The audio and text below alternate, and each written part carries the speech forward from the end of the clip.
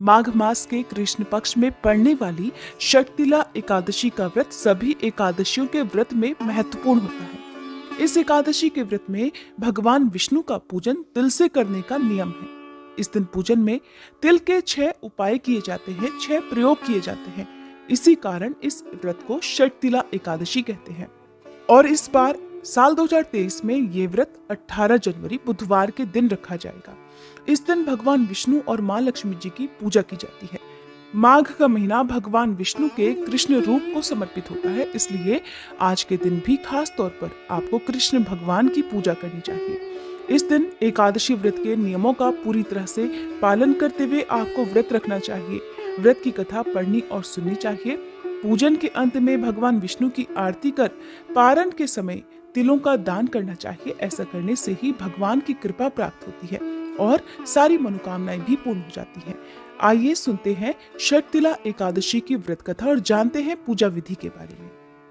भगवान श्री कृष्ण के श्रीमुख से एकादशी व्रतों का महात्म्य सुनकर श्रद्धा पूर्वक उन्हें प्रणाम करते हुए धर्मराज युधिष्ठिर ने कहा, हे केशव, आपके श्रीमुख से एकादशियों की कथाएं सुनकर मुझे असीम आनंद की प्राप्ति हुई है।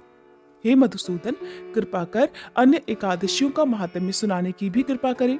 तब भगवान श्री कृष्ण मुस्कुराते हुए धर्मराज से कहने लगे, हे धर्मराज, अब मैं माघ मास के कृष्ण पक्ष की षटतिला एकादशी व्रत की कथा सुनाता हूँ, ध्यान पूर्वक सुनो। एक बार दालभ्य ऋषि ने पुलत्स्य ऋषि से पूछा, हे ऋषि श्रेष्ठ, मनुष्य मृत्युलोक में ब्रह्म हत्या आदि महापाप करते हैं और दूसरों के धन की चोरी और दूसरों की उन्नति देखकर ईर्ष्या रखते हैं। ऐसे महान पाप मनुष्य क्रोध, ईर्ष्या, आवेग और मूर्खतावश करते हैं और बाद में शोक करते हैं, पछताते हैं कि हाय, ये हमने क्या किया। हे महामुनि, ऐसे मनुष्यों को नरक से बचाने का क्या उपाय है? कोई ऐसा उपाय बताने की कृपा करें जिससे कलयुग में ऐसे मनुष्यों को घोर नरक से बचाया जा सके, अर्थात उन्हें नरक की प्राप्ति न हो। ऐसा कौन सा दान पुण्य है जिसके प्रभाव से नरक की यातना से बचा जा सकता हो? हे मुनिवर, कृपा कर इन सभी प्रश्नों का हल आप कृपा पूर्वक बताइए। तब दालभ्य ऋषि की बात सुनकर पुलत्स्य ऋषि कहने लगे, हे मुनिश्रेष्ठ, आपने मुझसे अत्यंत गूढ़ प्रश्न पूछा है। इससे संसार के मनुष्यों का भला होगा। जिस रहस्य को देवराज इंद्र आदि देवता भी नहीं जानते, वही रहस्य अब मैं आपको अवश्य ही बताऊंगा।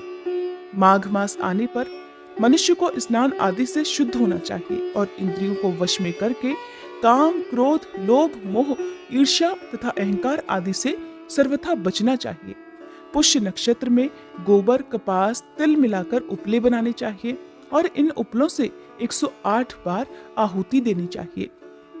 जिस दिन मूल नक्षत्र और एकादशी तिथि हो, तब अच्छे पुण्य देने वाले नियमों को ग्रहण करना चाहिए। स्नान आदि नित्य कर्मों से देवों के देव भगवान श्री हरि का पूजन और भजन कीर्तन करना चाहिए। एकादशी के दिन अपनी सामर्थ्य के अनुसार फलाहार या निर्जल रहकर उपवास रखें, रात को जागरण और हवन करें। अगले दिन यानी कि द्वादशी तिथि को धूप, दीप, नैवेद्य तुलसी दल से भगवान श्री हरि की पूजा अर्चना करें और उन्हें फलों का या तुलसी दल, पंचामृत का भोग लगाएं।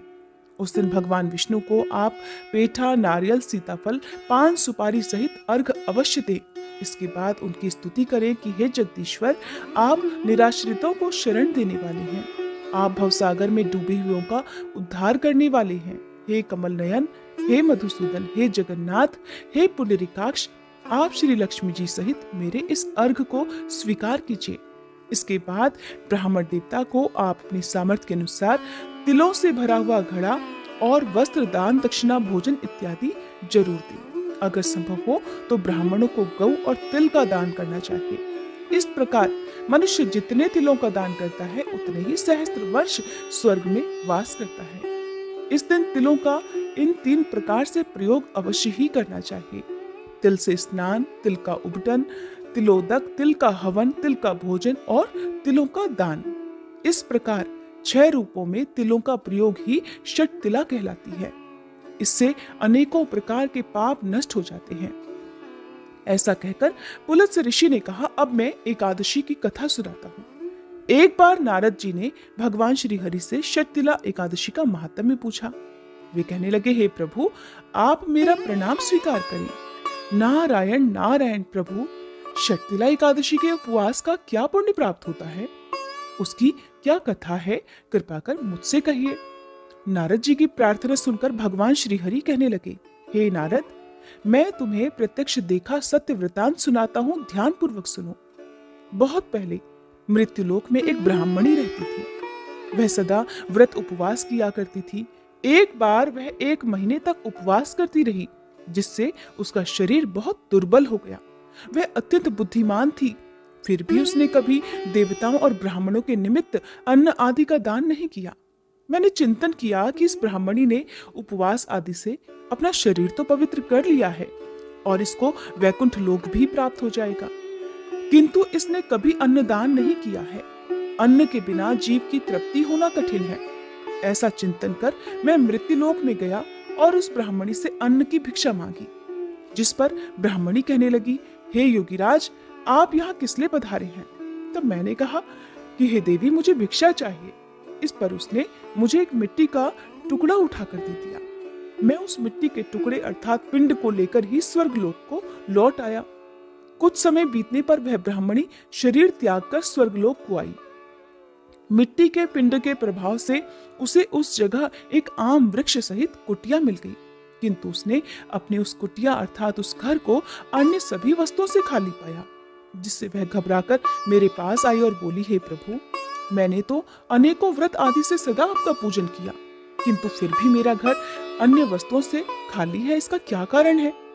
तब मैंने उससे कहा कि हे ब्राह्मणी, तुम अपने घर जाओ और जब देव स्त्रियां तुम्हें देखने आए तब तुम उनसे षटतिला एकादशी व्रत का महात्म्य और उसका विधान पूछना। जब तक वह ना बताएं तब तक द्वार मत खोलना। प्रभु के ऐसे वचन सुनकर वह अपने घर गई और जब देव स्त्रियां आई और उससे द्वार खोलने के लिए कहने लगी, तब ब्राह्मणी ने कहा, अगर आप मुझे देखने आई हैं तो पहले मुझे षटतिला एकादशी का महात्म्य बताइए। तब उनमें से एक देव स्त्री ने कहा, यदि तुम्हारी ऐसी ही इच्छा है तो ध्यान पूर्वक सुनो, मैं तुमसे एकादशी व्रत और उसका महात्म्य विधान सहित बताती हूँ। जब उस देव स्त्री ने षटतिला एकादशी का महात्म्य सुना दिया, तब उस ब्राह्मणी ने भी द्वार खोल दिया। देव स्त्रियों ने ब्राह्मणी को सभी स्त्रियों से अलग पाया। उस ब्राह्मणी ने देव स्त्रियों के कहे अनुसार फिर षटतिला एकादशी का उपवास किया, जिसके पुण्य प्रभाव से उसका घर भी धन धान्य से भर गया। अतः हे धर्मराज, मनुष्यों को अज्ञान को त्याग कर षटतिला एकादशी का उपवास अवश्य ही करना चाहिए। इस एकादशी व्रत को करने वाले को जन्म जन्म की निरोगता प्राप्त हो जाती है। इस उपवास से मनुष्य के सभी पाप नष्ट हो जाते हैं। इस दिन व्रत रखने से जहाँ शारीरिक पवित्रता और निरोगता प्राप्त होती है, वहीं अन्न तिल आदि का दान करने से धन धान्य में बढ़ोतरी होती है। इससे ये भी सिद्ध होता है कि मनुष्य अपने जीवन में जो और जिस वस्तु का दान करता है, शरीर त्यागने के बाद उसे फल भी वैसा ही प्राप्त होता है। इसलिए धार्मिक कार्यों के साथ साथ हमें दान पुण्य जैसे कर्म अवश्य ही करने चाहिए। शास्त्रों में वर्णन है कि बिना दान पुण्य किए कोई भी धार्मिक कार्य या कोई भी उपवास संपन्न नहीं होता। इसलिए सभी को अपनी सामर्थ्य के अनुसार कुछ न कुछ दान अवश्य ही करना चाहिए। एकादशी का उपवास रखने वाले भक्तों को द्वादशी तिथि के दिन ही अन्न का दान करना चाहिए। एकादशी के दिन अन्न का पूरी तरह से त्याग किया जाता है।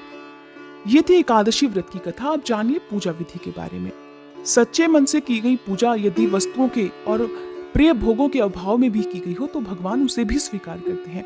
इसलिए सभी को केवल अपनी सामर्थ्य के अनुसार प्रसन्न मन से ही कोई उपवास रखना चाहिए। एकादशी का जो व्रत है उसके नियमों का पालन पूरे 3 दिन तक किया जाता है, दशमी तिथि से लेकर द्वादशी तिथि तक। इसलिए जो लोग भी इस उपवास को नियमों के साथ करने में समर्थ ना हो, उन्हें केवल पूजा करनी चाहिए, उपवास नहीं रखना चाहिए।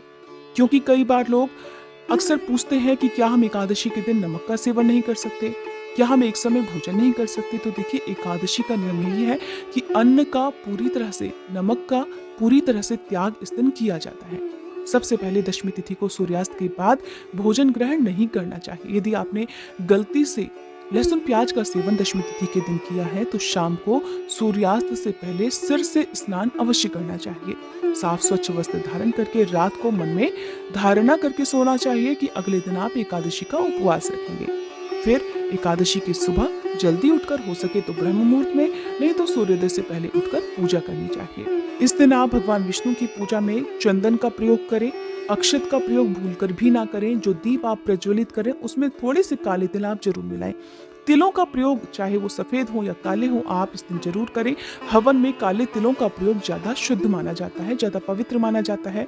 छोटा सा हवन आप अपने घर में एकादशी और द्वादशी तिथि के दिन कर सकते हैं। घर पर आए हुए किसी भी याचक को एकादशी के दिन आप फलाहार दे सकते हैं। आप उन्हें फलों का दान कर सकते हैं, दान दक्षिणा दे सकते हैं, लेकिन जहां तक हो सके अन्न का दान इस दिन करने से बचना चाहिए। विधि विधान से पूजा करके, मंत्रों का जाप करके व्रत की कथा पढ़ी और सुनी जाती है और फिर सबसे अंत में क्षमा याचना की जाती है। भगवान को भोग में तुलसी दल का, फलों का या फिर आप पंचामृत का भोग इस दिन लगा सकते हैं। सारा दिन मन में आप भगवान का ध्यान करते हुए उपवास रखें। इस व्रत में आप एक समय फलाहार कर सकते हैं, वो भी शाम के समय। यदि बहुत ज्यादा जरूरी हो तो दिन में आप नींबू पानी का सेवन कर सकते हैं। शहद का त्याग एकादशी के दिन किया जाता है। चावल का पूरी तरह से त्याग इस दिन करना चाहिए। किसी भी प्रकार से चावल या चावल से बनी हुई कोई भी वस्तु घर में नहीं बननी चाहिए जिस घर में एकादशी के नियमों का पालन किया जाता हो। रात में एक बार फिर से पूजा करें, ध्यान कीर्तन भजन करें, जितनी देर तक हो सके जागरण करें और अगले दिन सुबह जल्दी उठकर स्नान करके केवल शुभ मुहूर्त में ही आपको व्रत का पालन करना चाहिए। कई बार लोग दोपहर के समय व्रत का पारण करते हैं।